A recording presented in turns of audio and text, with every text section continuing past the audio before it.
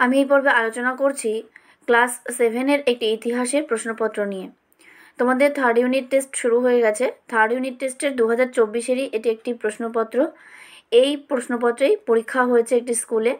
তোমরা তোমাদের প্রস্তুতির জন্য এই প্রশ্নপত্রটি অবশ্যই ভালো করে দেখে নাও। দেখো, প্রথমে 14 নম্বরের এমসিকিউ আছে। প্রথম প্রশ্ন আছে, অবলোকিতেশ্বরের মূর্তি ভাবনার কেন্দ্রে ছিল কে? বুদ্ধ, ভগবান বুদ্ধ।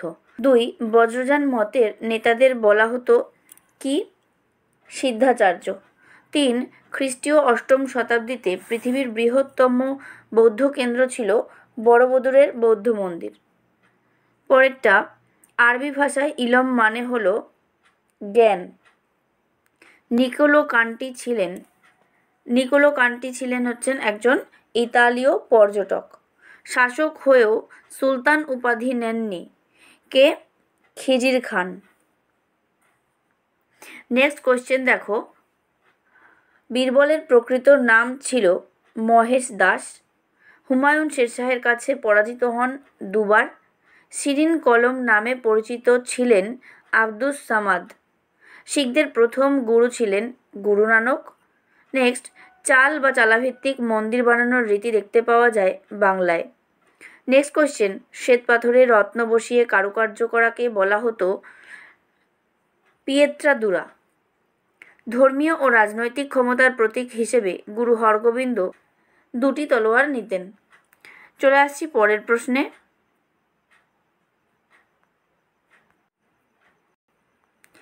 প্রত্যেক দেশ যে নিয়মকানুন দ্বারা পরিচালিত হয় সেই নিয়মকানুনকে কি বলা হয়? সংবিধান।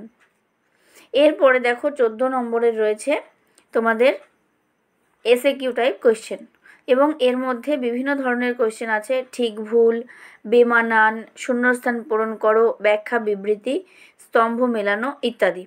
তোমাদের এই বিভিন্ন ধরনের প্রশ্ন কিন্তু পরবর্তী ক্লাসে আরও বেশি করে থাকবে। তোমাদের এই ক্লাস থেকেই একটু একটু করে তোমাদের পরিচয় করানো হয়েছে এই বিভিন্ন ধরনের প্রশ্ন দিয়ে।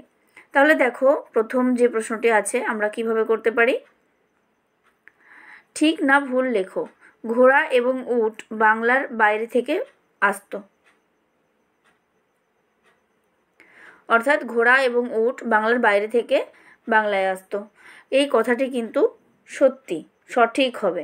তাই আমরা এখানে আমি টিক মার্ক দিচ্ছি। নেক্সট কোয়েশ্চেন কি আছে? বেমানান শব্দটি খুঁজে বার করো। এখানে হলায়ুধ, জয়দেব, গোবর্ধন, উমাপতিধর। এদের মধ্যে হলায়ুধ, জয়দেব এবং উমাপতিধর ছিলেন লক্ষণ সেনের সভাকবিদের মধ্যে অন্যতম, কিন্তু গোবর্ধন নয়। তাই গোবর্ধন হচ্ছে এখানে বেমানান। নেক্সট কোয়েশ্চেনে আসি। নালন্দা বিশ্ববিদ্যালয়ে কতজন আবাসিক ভিক্ষু থাকতেন? নালন্দা বিশ্ববিদ্যালয়ে প্রায় 10,000 আবাসিক ভিক্ষু থাকতেন। আলিম কাদের বলে? আলিম হলো যারা সর্বজ্ঞ, যারা সর্বজ্ঞানী, তাদেরকে বলা হয় আলম। নেক্সট কি? শূন্যস্থান পূরণ করো। শূন্যস্থান পূরণে রয়েছে বিজয়নগরের সর্বশ্রেষ্ঠ শাসক ছিলেন কে? আনসার হবে কৃষ্ণদেব রায়। নেক্সট কোয়েশ্চেন, ঠিক না ভুল লেখো। ফিরোজ শাহ তুঘলকের দাসের সংখ্যা ছিল 3,80,000। এই কথাটা হচ্ছে ভুল, কারণ ফিরোজ শাহ তুঘলকের দাসের সংখ্যা ছিল 1,80,000। এটা 1 লক্ষ হতো। নেক্সট, জিজিয়া কর পুনঃপ্রবর্তন করেছিলেন কোন মুঘল সম্রাট? জিজিয়া কর পুনঃপ্রবর্তন করেছিলেন সম্রাট ঔরঙ্গজেব। নেক্সট চলে আসছি, মনসবদারি প্রথায় রাজস্বের বরাতকে কি বলা হতো? জায়গিরদার। চ্যানেলে যদি নতুন হয়ে থাকো তাহলে অবশ্যই সাবস্ক্রাইব করো। ভিডিওটি ভালো লাগলে লাইক, শেয়ার করো এবং দেখতে থাকো শ্যামস ক্লাসরুম। ভালো থেকো, টাটা। এরপরে 9 রয়েছে বিবৃতি। নদীর ধারে শিল্পগুলি তৈরি হতো। এরপরে এখানে 3টে ব্যাখ্যা রয়েছে। এই 3টে ব্যাখ্যার মধ্যে কোন ব্যাখ্যাটি সঠিক সেটা তোমাকে বেছে লিখতে হবে। দেখো, ব্যাখ্যা নম্বর 1 রয়েছে কি? নদীর ধারে শিল্প তৈরি করলে কর লাগতো না। 2 রয়েছে সেকালে সব মানুষই নদীর ধারে থাকতো।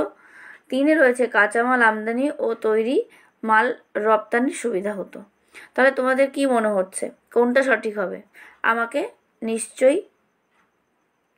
আমাকে অবশ্যই কমেন্টে জানাও। এরপর দেখো ক স্তম্ভের সঙ্গে খ স্তম্ভ মেলাতে বলেছে। এ হচ্ছে সুলতানি শাসনের প্রতীক। তোমরা উত্তরটা জানার আগে নিজে থেকে প্র্যাকটিস করতে পারো খাতায়, তারপরে তোমরা মেলাতে পারো উত্তরের সঙ্গে। দেখো সুলতানি শাসনের প্রতীক হবে কুতুব মিনার। 2 পার্শ্বিক চক্র। পার্শ্বিক চক্র হবে জল তোলার জন্য। শঙ্করদেব নাম ধর্মের সঙ্গে যুক্ত ছিলেন এবং মাওয়ালি হচ্ছে পদাতিক সৈন্য। তাহলে এই হয়ে গেল তোমাদের সমস্ত এসএকিউ টাইপ কোয়েশ্চেন। এরপরে চলে আসছি, দেখো 2-3টে বাক্যের মধ্যে লিখতে হবে বিক্রমশীল বৌদ্ধবিহার কবে কার আমলে প্রতিষ্ঠিত হয়।